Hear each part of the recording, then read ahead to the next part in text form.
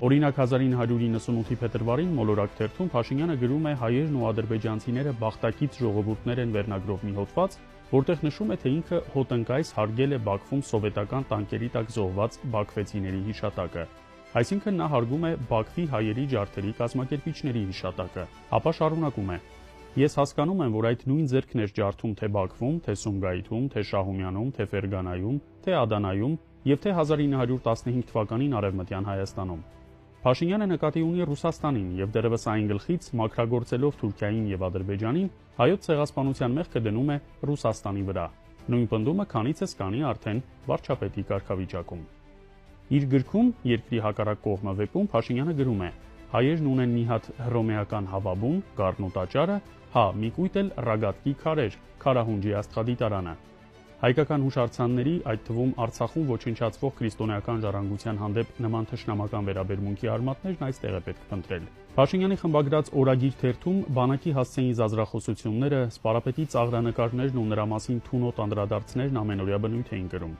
Այս մի խմբագրականում օրինակ նա հրճվում է խաղաղ պայմաններում զոհերի առկայությամբ, խմբագրականը վերնագրելով. բանակը նվեր մատուցեց զինվորների մայրերին։ Զինվորների դիակները նախատոնական նվեր էին նրանց մայրերին։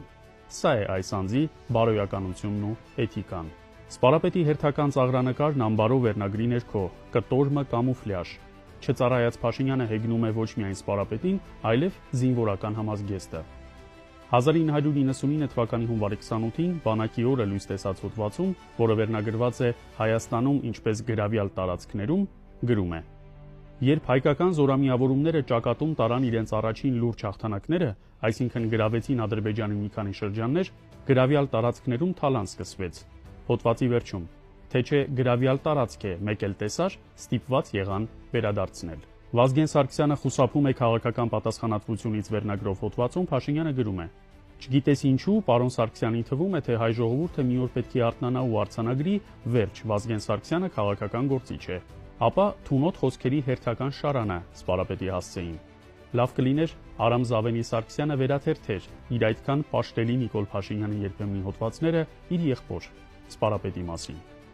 Եվ երբ այսօր ճամարտակում է Վազգեն Սարգսյանի երկրապահի հոկտեմբերի 27-ի թեմայով, արժե հիշել, որ նաև Փաշինյանի կողմից տարիներ շարունակ սպարապետի նկատմամբ թույն ու թարախ գեներացնելը եւս նպաստեց այդ ոչրագործությանը, երբ ահաբեկիչները խորհրդարանում արդեն անշնչացած սպարապետին հարվածելով կրկնում էին Փաշինյանի հոդվածների խոսքերը։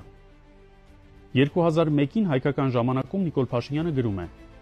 Ինձ զարմացնում է, որ մեր երկրում դեռ կան մարդիկ, ովքեր իլյուզիաներ ունեն, եթե կուզեք գրավյալ, եթե կուզեք ազատագրել։